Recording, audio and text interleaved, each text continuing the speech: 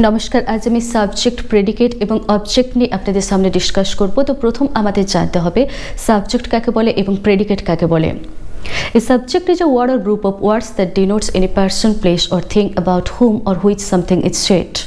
But a predicate is a word or group of words that denotes what is said about the subject. একটি সেন্টেন্সে যিনাকে বা যেটিকে উদ্দেশ্য করে কিছু বলা হয় সেটি সাবজেক্ট হিসেবে পরিগণিত হয়ে থাকে এবং সাবজেক্ট সম্পর্কে যা কিছু বলা হয় সেটি প্রেডিকেট হিসেবে পরিগণিত হয়ে থাকে। সহজভাবে বলতে গেলে কোনো সেন্টেন্সে যিনি কোনো অ্যাকশন বা কাজ করে থাকেন উনি সাবজেক্ট হিসেবে পরিগণিত হয়ে থাকে এবং একটি সেন্টেন্সে সাবজেক্ট বাদ দিয়ে যেটুকু পড়ে থাকে সেটি প্রেডিকেট হিসেবে পরিগণিত হয়ে থাকে। এখন আমি দুটি সেন্টেন্স রাইটিং বোর্ডে লিখে নিতে চাই। Number 1, Rohim gave me a pen. Number 2, he told me a story. First সেন্টেন্সে বলা হয়েছে রহিম গেভ মি এ পেন, রহিম আমাকে একটি কলম দিয়েছিল। ফার্স্ট সেন্টেন্সে রহিমকে উদ্দেশ্য করে বা রহিম সম্পর্কে কিছু বলা হচ্ছে, সে কারণে রহিম অবশ্যই সাবজেক্ট হিসেবে পরিগণিত হবে এবং একটি সেন্টেন্সে সাবজেক্ট বাদ দিয়ে যেটুকু পড়ে থাকে সেটি প্রেডিকেট হিসেবে পরিগণিত হয়, সে কারণে গেভ মি এ পেন এটি অবশ্যই প্রেডিকেট হিসেবে পরিগণিত হবে। Next, he told me a story, সে আমাকে একটি গল্প বলেছিল। ফার্স্ট সেন্টেন্সে হি বা সে বা ইনাকে উদ্দেশ্য করে বা ইনার সম্পর্কে কিছু বলা হচ্ছে, সে কারণে হি অবশ্যই সাবজেক্ট হিসেবে পরিগণিত হবে এবং যেহেতু একটি সেন্টেন্সে সাবজেক্ট বাদ দিয়ে যেটুকু পড়ে থাকে সেটি প্রেডিকেট হিসেবে পরিগণিত হয়, সে কারণে টোল্ড মি এ স্টোরি এটি অবশ্যই প্রেডিকেট হিসেবে পরিগণিত হবে। তার মানে কোনো সেন্টেন্সে যিনাকে বা যেটিকে উদ্দেশ্য করে কিছু বলা হয় সেটি সাবজেক্ট হিসেবে পরিগণিত হবে এবং সাবজেক্ট বাদ দিয়ে যেটুকু পড়ে থাকে মানে সাবজেক্ট সম্পর্কে যা কিছু বলা হয় সেটি অবশ্যই প্রেডিকেট হিসেবে পরিগণিত হবে। Now I am going to discuss about object. এখন আমি অবজেক্ট নিয়ে আপনাদের সামনে ডিসকাস করব। তো প্রথম আমাদের জানতে হবে অবজেক্ট কাকে বলে। What is the definition of an object? When you ask question by what or whom the answers would be the objects.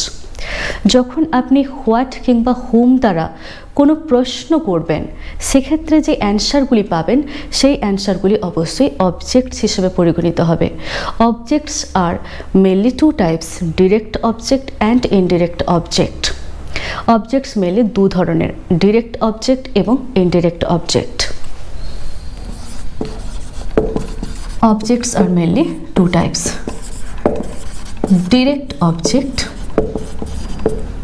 and indirect object.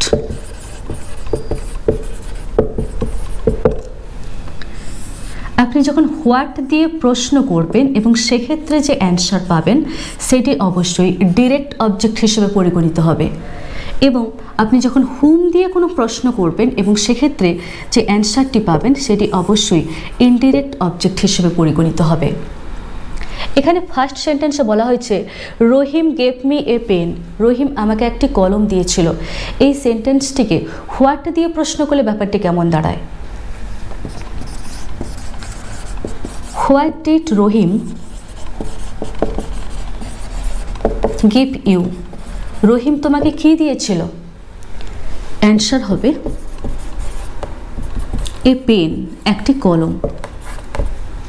সে কারণে পেন হয়ে যাবে ডিরেক্ট অবজেক্ট, কারণ আমি একটু আগে বলেছি আপনি যখন হোয়াট দিয়ে কোনো প্রশ্ন করবেন সেক্ষেত্রে যে অ্যান্সার পাবেন সেটি অবশ্যই ডিরেক্ট অবজেক্ট হিসেবে পরিগণিত হবে। এই সেন্টেন্সটিকে হুম দিয়ে প্রশ্ন করলে ব্যাপারটি কেমন দাঁড়ায়? হুম did Rahim give a pen to? Rahim কাকে একটি কলম দিয়েছিল? অ্যান্সার হবে কি মি, আমাকে। সে কারণে মি অবশ্যই ইনডিরেক্ট অবজেক্ট হিসেবে পরিগণিত হবে, কারণ আমি একটু আগেই বলেছি আপনি যখন হুম দিয়ে প্রশ্ন করবেন সেক্ষেত্রে যে অ্যান্সার পাবেন সেটি অবশ্যই ইনডিরেক্ট অবজেক্ট হিসেবে পরিগণিত হবে। Next, he told me a story, সে আমাকে একটি গল্প বলেছিল। এই সেন্টেন্সটিকে হোয়াট দিয়ে প্রশ্ন করলে ব্যাপারটি কেমন দাঁড়ায়? What did he tell you, সে তোমাকে কি বলেছিল? অ্যান্সার হবে এ স্টোরি, একটি গল্প। সে কারণে স্টোরি এটি অবশ্যই ডিরেক্ট অবজেক্ট হিসেবে পরিগণিত হবে। এই সেন্টেন্সটিকে হুম দিয়ে প্রশ্ন করলে ব্যাপারটি কেমন দাঁড়ায়? হুম did he tell a story too, সে কাকে একটি গল্প বলেছিল? অ্যান্সার হবে মি, আমাকে। সে কারণে মি সেকেন্ড সেন্টেন্সে অবশ্যই ইনডিরেক্ট অবজেক্ট হিসেবে পরিগণিত হবে। তার মানে আপনি যখন হোয়াট কিংবা হুম দ্বারা কোনো প্রশ্ন করবেন, সেক্ষেত্রে যে অ্যান্সারগুলি পাবেন সেগুলি অবশ্যই অবজেক্ট হিসেবে পরিগণিত হবে।